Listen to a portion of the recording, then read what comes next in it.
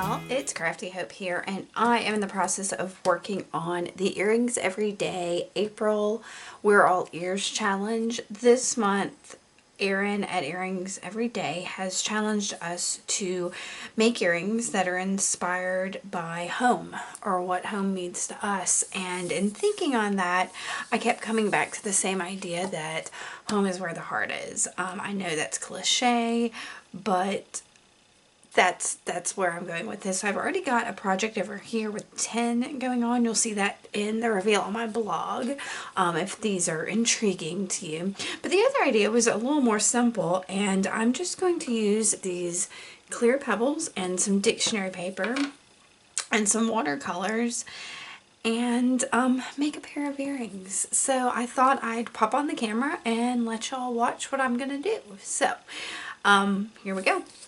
I'm starting by just spraying a little bit of water onto my watercolors just to kind of get them activated and started. And then I'm just using a thin brush and I'm going to draw some hearts on my dictionary paper. Now I have got a couple different pages. They all have the word or the definition of the word home on there.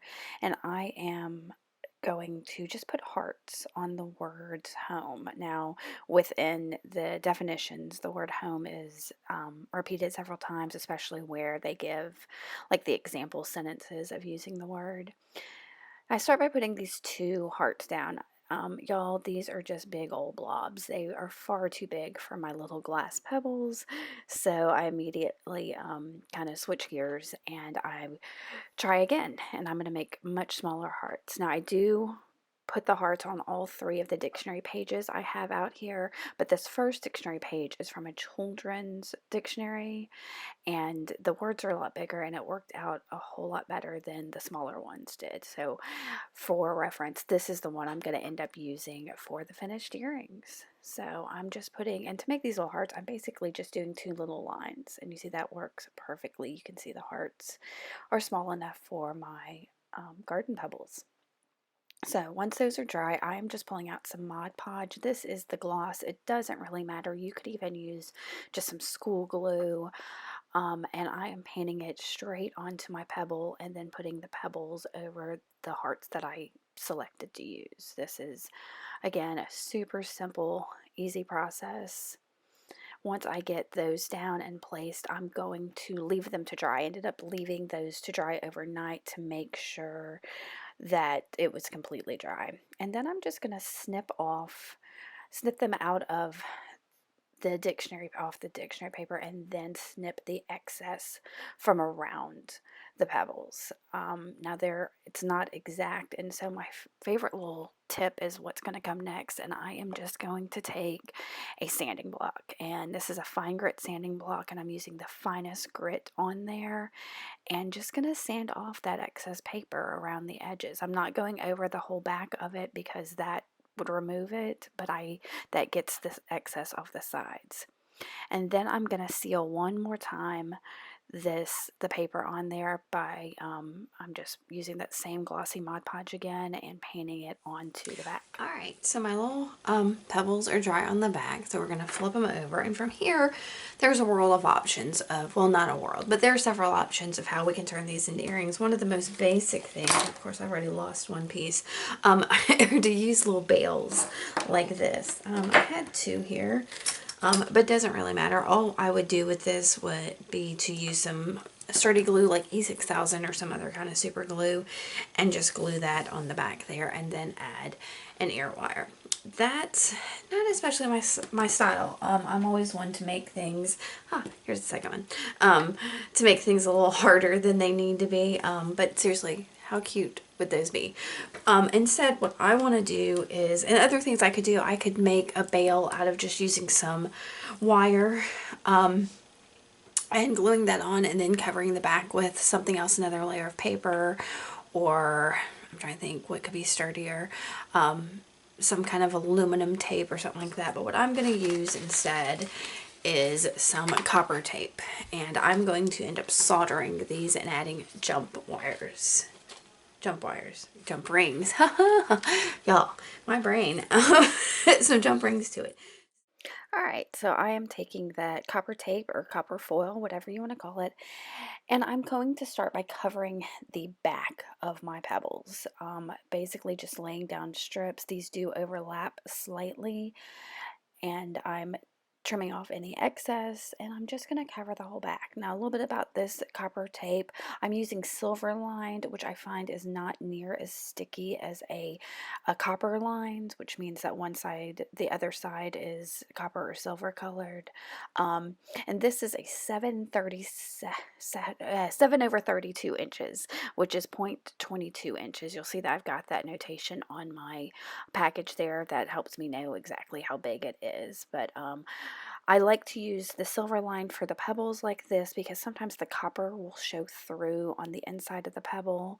So I try to use the silver lined for projects like this, but like I said, it doesn't tend to be quite as sticky. Even the same brand, it's just not as sticky as the copper lined. Now, once I've got the back covered there, I'm pulling out a couple things to burnish this. Now, all burnish means is to rub down the tape. Those are some tools that came from Hobby Lobby. I like to use, especially for a glass thing like this, is a little spoon. You'll see that's exactly what I used. I took a few minutes and just made sure that tape was stuck down real good on the back. And now I'm going to go around the outside edge of this bubble with that same tape. You see, I'm going to overlap the tape a little bit and trim it off. And then I'm going to press down all the edges, just using my fingers, press that down. But then I'm going to pull out my spoon again and burnish that all the way around. Now, I can tell that it's been burnished well if there's not a whole lot of wrinkles in it. So that'll, again, it'll take a few minutes for me to get that going. Once that is all down, you can see, oh, I dropped it.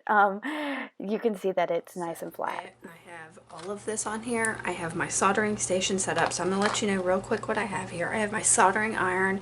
This is a Weller. I believe it's 120 volts. Mine has a little gauge on it. I've got it turned up to 4. And I've got a damp sponge here to kind of clean it off. I have some lead-free solder here. I've got a couple others off to the side.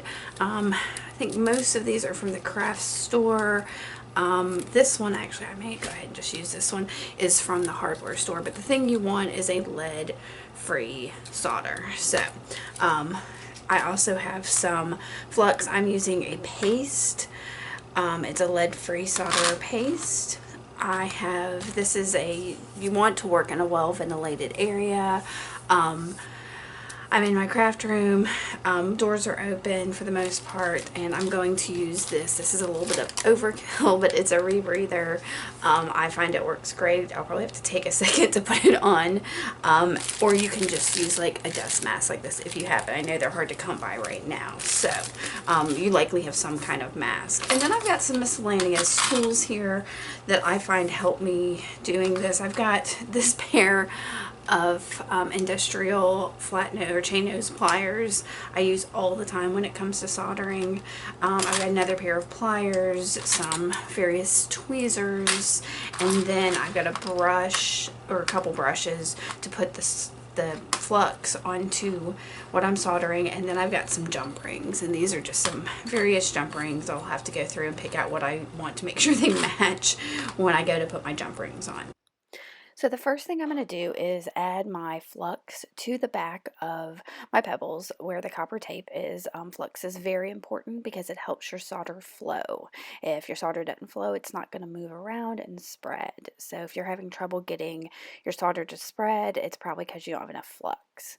So with my soldering iron, I'm going to get a little bit of solder and add it to the back of these pebbles. You see I'm having some trouble because I didn't get my handy dandy plier out that holds it there. And so I'm just going to let that flow, and I'm going to do that for both of my pieces here. Now, I'm going to show you how I add the jump ring on a different pebble because in the process of doing the heart ones, I had some trouble and I knew I had a trick and I couldn't remember what it was. And so I'm going to show you that trick. So go ahead and get your pebble secure and then put a little bit of flux on your copper tape on the side and add your solder. Then pick up your jump ring with your pliers, or I'm using some tweezers there, and I like to do it with the split down, so that's what's going to attach the solder. Get another and add flux to both your jump ring again and your pebble, and then you're just going to real quick attach your jump ring. Now you have a handle for your pebble. Now this is super great with the pebbles because they are hard to hold with the pliers because of all their rounded edges. So once you've got your little handle, you can continue either using your pliers, your what is that, your tweezers, or some pliers. So I switched here for pliers, and I made sure flux covered all the rest of that copper tape. And then again, I'm just going to get my solder and spread that around the copper tape. So that's the trick there, is to add your jump ring first so you have an easier way to hold those pebbles. So that's why I'm not showing you with the little heart pebbles, because I forgot to do that in that one. And you're just going to paint your solder over all of that copper tape until you've got it completely covered. Alright guys, so these have cooled to the point where I can handle them, but they're still kind of icky from the flux and the solder and all that. So I'm just taking a half and half water and vinegar solution, which is just a good cleaner, general glass cleaner or whatever. And I'm just going to rub that and clean up this pretty little thing real quick. I don't know if you can see the difference that makes immediately. I do see a couple spots that I missed here that I'm going to go back and do because I've got a little bit more soldering to do. I'm going to clean both of these up real quick. And then I'm just, I'm just going to add ear wires, and these babies are done. My home is where the heart is soldered earrings will be done. Alright, I'm going to put some pictures here at the end. If you like this, make sure to give me a thumbs up and make sure to subscribe to see what else I got going on. Alright guys, thanks for watching. Bye.